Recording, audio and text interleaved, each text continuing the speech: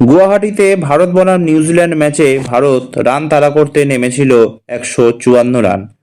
New Zealand ভেবেছিল এই run অন্তত কিছুটা লড়াই দেবে, কিন্তু তারা ভুলে গিয়েছিল একটাই নাম, আর সেটা হলো অভিষেক শর্মা। ইনিংস শুরু, আর শুরুতেই বজ্রপাতের মতো আঘাত। প্রথম বলেই ছক্কা, আবারও। মাত্র 20 বলে 68 রান, 340 স্ট্রাইক রেটে। এই ইনিংসে ছিল 7টা 4 আর 5টা বিশাল ছক্কা। আর সবচেয়ে চমকপ্রদ তথ্য, মাত্র 14 বলে অর্ধশতরান। যুবরাজ সিংহের ঐতিহাসিক 12 বলে 50 রানের রেকর্ড মাত্র 2 বলের জন্য ছুঁতে পারলেন না অভিষেক। ভারত ম্যাচ জিতে নিল মাত্র 10 ওভারেই। এটা শুধু জয় নয়, এটা ছিল আধিপত্য। ম্যাচ শেষে প্রশ্ন উঠল, রেকর্ডটা একটুর জন্য হাতছাড়া হয়ে গেল, কেমন লাগছে? অভিষেকের উত্তর ছিল পরিণত এবং আত্মবিশ্বাসী।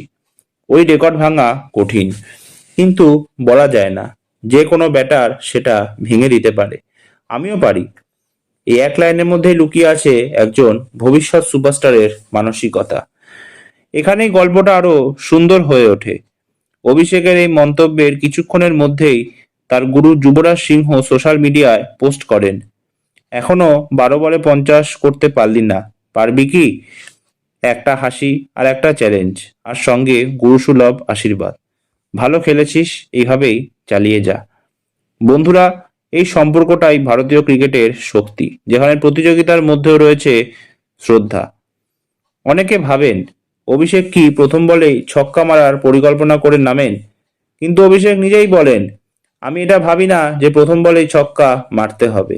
উইকেট দেখি, বোলার কি করতে পারে ভাবি, ফিল্ডিং বুঝে শট খেলি। মানে কি দাঁড়ালো? এটাই গভীর ক্রিকেটীয় ব্রেন। প্রথম বলেই ছক্কা, এটা অভিষেকের সিদ্ধান্ত, অভ্যাস নয়। এই ইনিংসের পর কি হলো জানেন? নিউজিল্যান্ডের ড্যারিয়েল মিচেল আর গ্লেন ফিলিপস গিয়ে অভিষেকের ব্যাট পরীক্ষা করলেন, বোঝার চেষ্টা করলেন এই ব্যাটে কি জাদু আছে। এই দৃশ্য দেখে হেসে ফেললেন ভারত অধিনায়ক সূর্যকুমার যাদব। যখন প্রতিপক্ষ ব্যাট পরীক্ষা করে, তখন বুঝতে হবে খেলাটা বিশেষ কিছু। তো এই ভিডিওটা এতটাই। ভালো লাগলে প্লিজ ভিডিওটা লাইক, শেয়ার আর চ্যানেলটা সাবস্ক্রাইব করতে ভুলবেন না। আর ভিডিওটা কেমন লাগলো প্লিজ কমেন্ট করতে ভুলবেন না। তো একটা নতুন ভিডিও নিয়ে আপনাদের সামনে আমি আবার উপস্থিত হব। ততক্ষণ সুস্থ থাকবেন, সাবধানে থাকবেন। ধন্যবাদ।